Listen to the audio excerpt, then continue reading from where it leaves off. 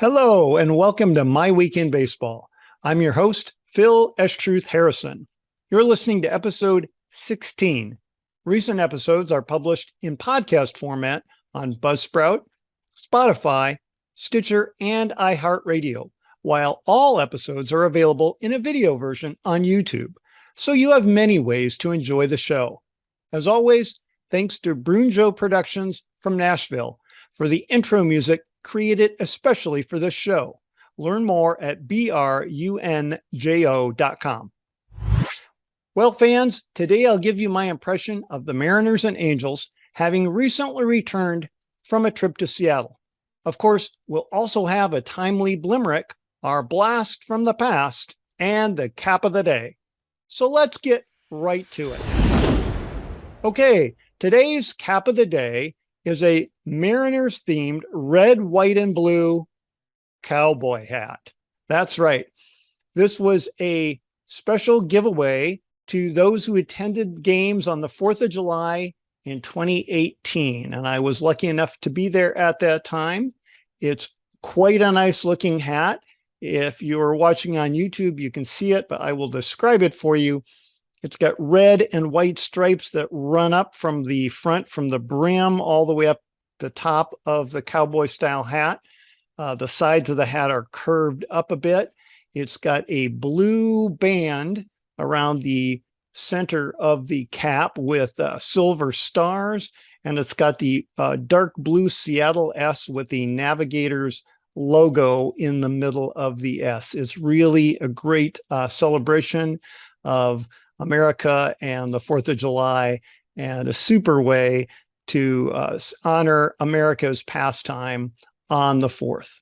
Anyway, it's a great cap of the day. Actually, in this case, a hat of the day. Thank you, Seattle Mariners. Okay, on to my impressions of the city. Seattle is a great place.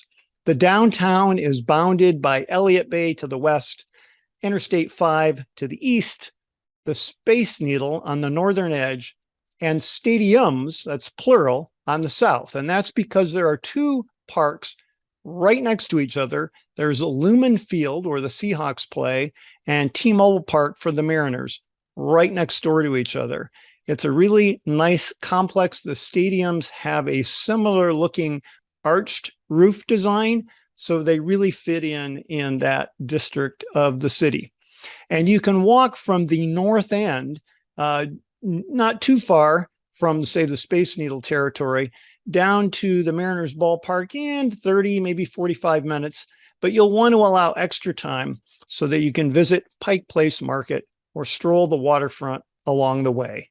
There are great restaurants and shops, and the Pioneer Square area where you can take an underground tour of old Seattle or have drinks on the 35th floor of the Smith Tower that was once the tallest building west of the Mississippi. T-Mobile Park is an open-air stadium with a sliding roof system that can cover the field in inclement weather, but maintains that open-air feel, so it's never completely enclosed. And when I was there over this past weekend, I was lucky enough to have great weather, so it was open to the sky, and you'll hear more about that in a few minutes. So on to my impressions about the games. So I was there with my daughter on a whirlwind trip that was about 36 hours long. We were able to fly into Seattle on a Friday midday, catch the evening game that night against the Los Angeles Angels, and then we'll catch the first game of the doubleheader the following day. So it was a Friday and Saturday, 2 games, beautiful weather, high 60s for the night game and sunny in mid 70s for the day game. Perfect. So a number of things I want to talk about in more or less random order. We did go specifically to see Shohei Ohtani play, one of my favorite players. And originally we looked into going to Los Angeles, hoping to see him play and perhaps even a chance to watch him pitch. But the flights and the game times actually worked out better in Seattle. Plus, we really like Seattle as a city and are more familiar with it. So on to Seattle. We didn't get to see Mike Trout for the Angels, unfortunately. or the much talked about Mariners rookie center fielder Julio Rodriguez, known as J-Rod, as they unfortunately were both on the injured list. Some of the players we were most impressed with over the two games, the Mariners young catcher Cal Raleigh and first baseman Ty France. And also, we got a good look at Louis Rengifo, the Angels' second baseman, who really looked good at the plate. And also M's pitcher Robbie Ray, who tossed a really nice game. One thing that I noticed interesting defensively from the Angels, and we'll get into the specifics of the games in just a moment, was the shift that they used on some of the Mariners' left-handed hitters, where they would move their shortstop completely across the diamond to play in shallow right field, while leaving their second baseman to play behind the second base bag. And it surprised me because I expected to see the shortstop play behind second, closer to their normal position, and then that the second baseman would likely kind of back up into shallow right. But they actually brought the shortstop from the other side of the field over to play shallow right. Seemed to work for them. They did get people out doing that, but just kind of interesting. So in the first game I attended, it was a Friday night. We sat in section 114, which is along the first baseline near the right field corner. It's a really good view of the outfield, of right field and center field. But we were in row 3, and it was partially obstructed by a cable holding up some netting along the edge of the field. And also just the position we were in, the first base coach tended to be standing in a way that blocked your view of the batter, particularly if it was a left-handed hitter. So we have better seats the next day, which I'll mention as well. Anyway, it was a good game. Ohtani was the designated hitter. He batted second, and he went 1 for 5 with an infield single and 4 strikeouts. So kind of hoping maybe he'd hit a home run, even though we were overall rooting for the Mariners to win. The best play of the game happened early on. It was in the second inning, and this is the M's catcher, Cal Raleigh. He makes a great sweeping tag at the plate in the top of the second when the Angels' left-handed hitting center fielder, Magneuris Sierra, rips an outside fastball from Robbie Ray into the left field corner for a triple, and he tries to stretch it into an inside the park homer with 2 outs. The relay goes 7-6-2. That's from left fielder Jesse Winkler to shortstop J.P. Crawford to the catcher Cal Raleigh for the putout. Now, I will note that Sierra's hit to me was a sure double down the line into the corner. But if it had been played well by Winker, they could have held him to a double. Winker kind of overran the ball. It got past him into the corner, and that's what resulted in the triple and very nearly an inside the park home run. Raleigh's sweep tag just caught Sierra's knee the instant before his foot touched the plate. Of course, the Angels challenged the call, but they lost on the appeal. And that really, for me, just in the second inning, was the play of the game. Now, Cal Raleigh is a top 5 defensive catcher per Fangraphs with a 9.9 defensive runs above average. And if you're looking in the statistics line, defensive runs above average is abbreviated DEF. And that incorporates multiple defensive statistics into a single number so you can compare defensive values across positions. So not much of a hitter, at least so far in his career, but really looked good behind the plate. And Robbie Ray was also a standout. He pitched very well for the Mariners, 7 innings, 5 hits, just 1 run with 10 strikeouts. But the bullpen gave up 2 more after he left, making the score 3-zip in favor of the Angels heading into the 9th inning. Now, the Angels' starting pitcher, Patrick Sandoval, was frequently pitching out of jams. He walked 2 in the first, 1 in the second, walked 2 more in the fourth, plus he hit batters in both the 5th and the 6th innings. But the M's could never quite get that key hit to take advantage of all the base runners. So that set up a rally in the bottom of the 9th. With 2 on and 2 out, The Mariners' Adam Frazier doubled home 1 run, and that was followed by a Ty France 2-run single. And either of those could be considered the key hit. I'll give it to Ty France because his 2-run single did score the final 2 runs to tie the game at 3-3 after 9 innings. But the Mariners lost in the 10th thanks to the ghost runner. With Paul Sewald pitching for the M's, the Angels' Magneuris Sierra was automatically placed on second as the ghost runner to start extra innings. He was sacrificed over to third base, putting him 90 feet from the go-ahead run with just 1 out. Leadoff hitter and right fielder Taylor Ward then hit a sac fly to right field to give Los Angeles the lead, and Ohtani struck out to end the inning. That was his 4th strikeout of the game as a batter. Jimmy Herget came in to pitch for the Angels in the bottom of the 10th. Eugenio Suarez began on second base as the Mariners' ghost runner. It took just 8 pitches to retire the Mariners on a weak grounder and 2 quick flyouts. So that was Friday night's game, which ended up as a 4-3 victory for the Los Angeles Angels in 10 innings. Now on to Saturday's game. So this was the first game of a doubleheader, again, between the Angels and the Mariners. It's a day-night doubleheader, so you did have to buy separate tickets for each of the 2 games. We attended game 1, the 1 o'clock afternoon game, so that we could catch an evening flight home from Seattle.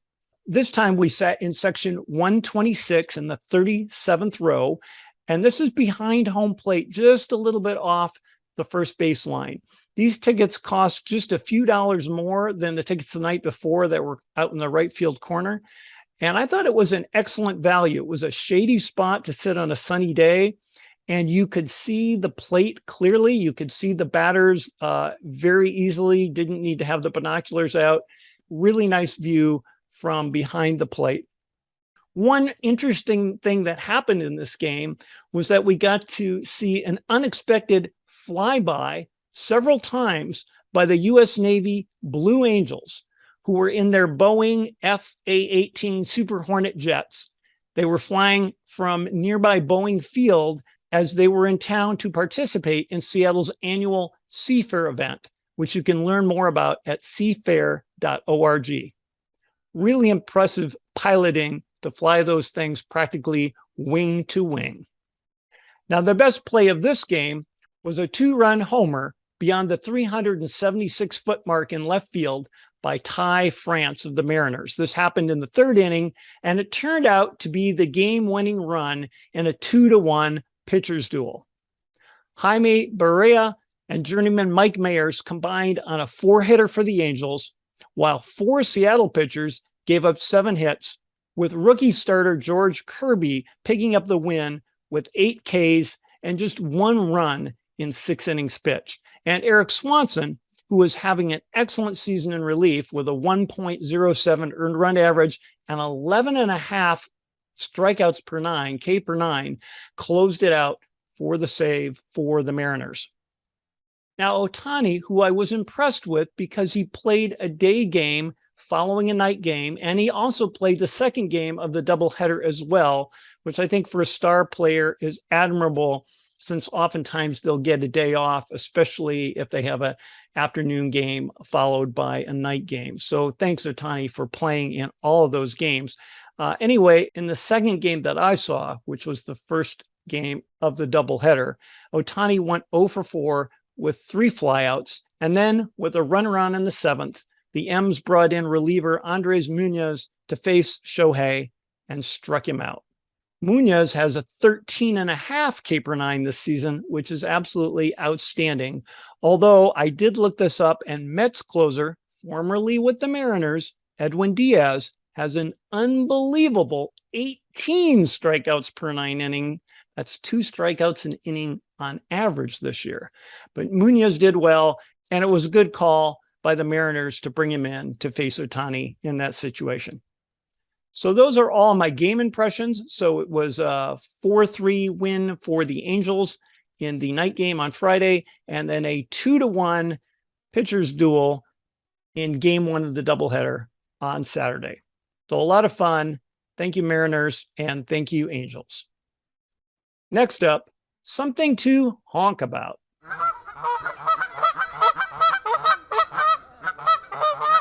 Well, today, my friends, I will honk about the ghost runners. I really, as a purist, as a fan, I don't like it. This rule came into use in 2020 during the pandemic shortened season and has continued in use now. So this will be the third season. The idea is to put a runner on second base at the start of an extra inning, every extra inning. It is the runner who ended the previous inning with the last out. Whoever made the last out in the previous inning, that runner goes to second base automatically. And then the normal batter in the lineup, whoever is next, bats lead off for that inning, as you would expect. So I don't like it because it definitely gives the team an advantage. I actually think the away team has the advantage because they have that chance of scoring first and really putting the pressure on the home team. And it just doesn't feel right because it's not an earned run. It doesn't count against the pitcher's earned run average. It's also not an error. It doesn't really count against anybody. It's just a run.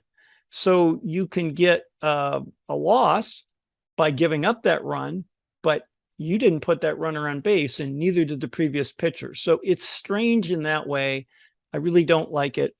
But I'll have to say that as a practical matter, I was glad that this particular game didn't go on too long because on a Friday night after the game, they were having a fireworks show with karaoke. So they put words of fairly well-known songs up on the big like Jumbotron screen. And they did fireworks that went along with the music and you could sing along if you wanted to. And really, it was quite a great show. Season ticket holders got to come onto the infield and sit to watch the show. The rest of us sat in the stands, and they actually had some fireworks at each of the bases. They had like at home plate, first, second, third, they had little fireworks stands that would also shoot off during the game, smaller fireworks since there were people sitting nearby. And then the big fireworks went off in left and center field. So it was a great fireworks show.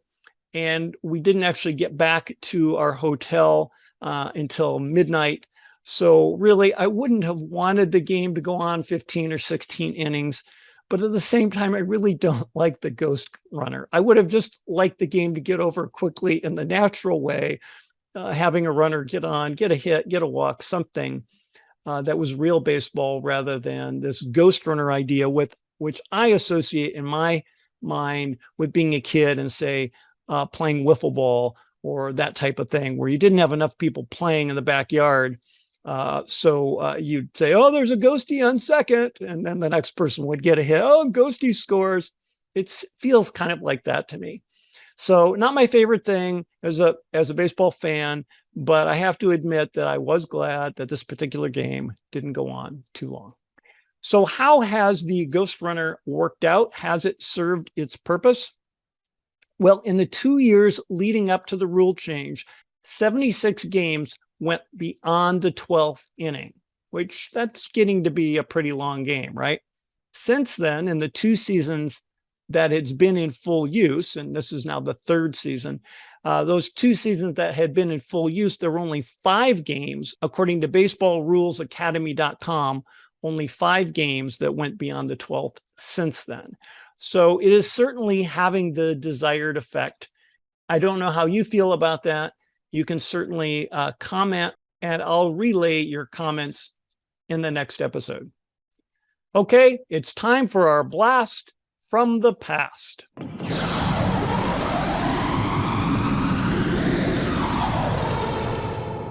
And this week, since I'm wearing a Mariners cap from 2018, and since I just recently returned from a Mariners game, we're going to feature a player who was on that 2018 team. His name, Dee Gordon, or Dee Strange-Gordon. It's a little unusual to pick him because he did actually play a few games this season for the Washington Nationals. So whether or not he's really a blast from the past, you'll have to decide. But let's take a look at his stats. He did play for the Dodgers, the Marlins, and the Mariners until this season when he, as I mentioned, played a few games for the Nationals. So Dee Strange-Gordon played some shortstop when he first came up with the Dodgers. And then primarily, I remember him as a second baseman, both for the Dodgers and the Marlins, and then Seattle. And then when he got to Seattle, they started using him in the outfield as well.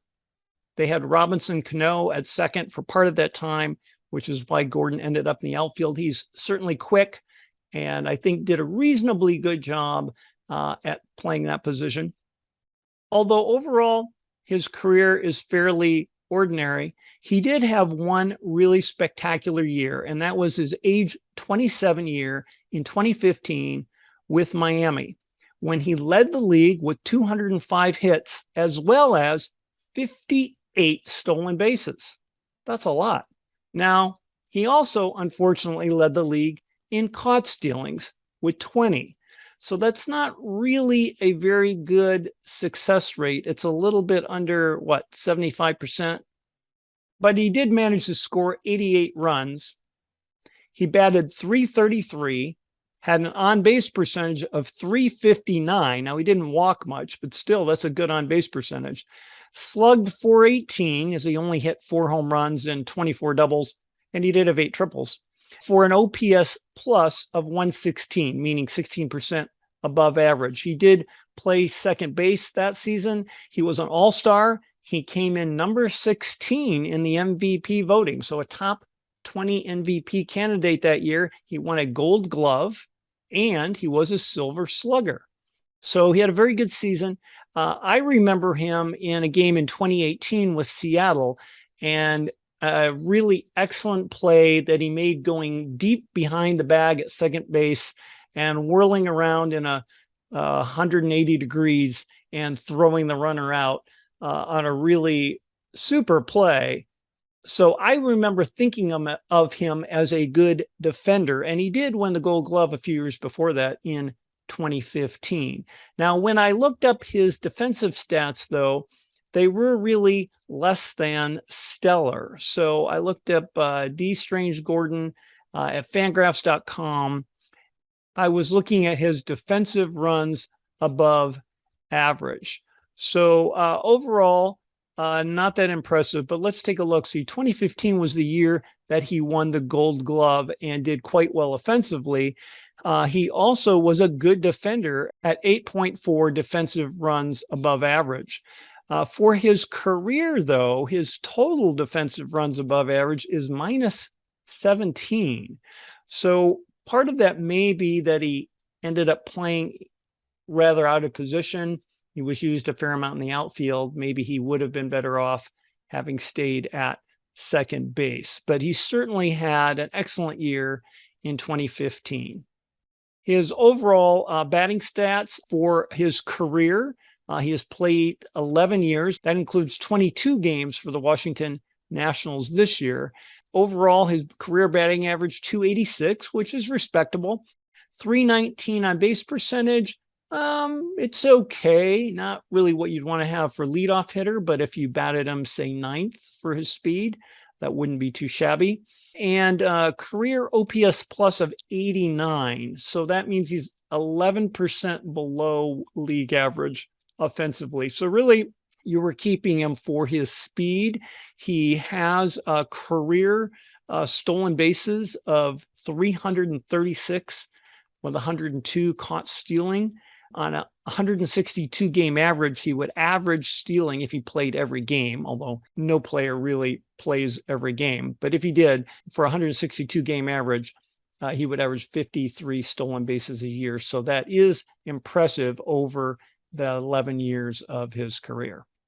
So that is our blast from the past today. Dee Gordon of the Dodgers, Marlins, Mariners, and most recently, Washington Nationals. Okay, it's time for our Blimerick, our baseball limerick that we have in every episode. And this one is a tribute to the Mariners ballpark. Here we go. 'Cause the Kingdom had seen better days, this park now sits near the bay. Safeco Field named it first, but T-Mobile's 5G burst from this fan receives highest praise.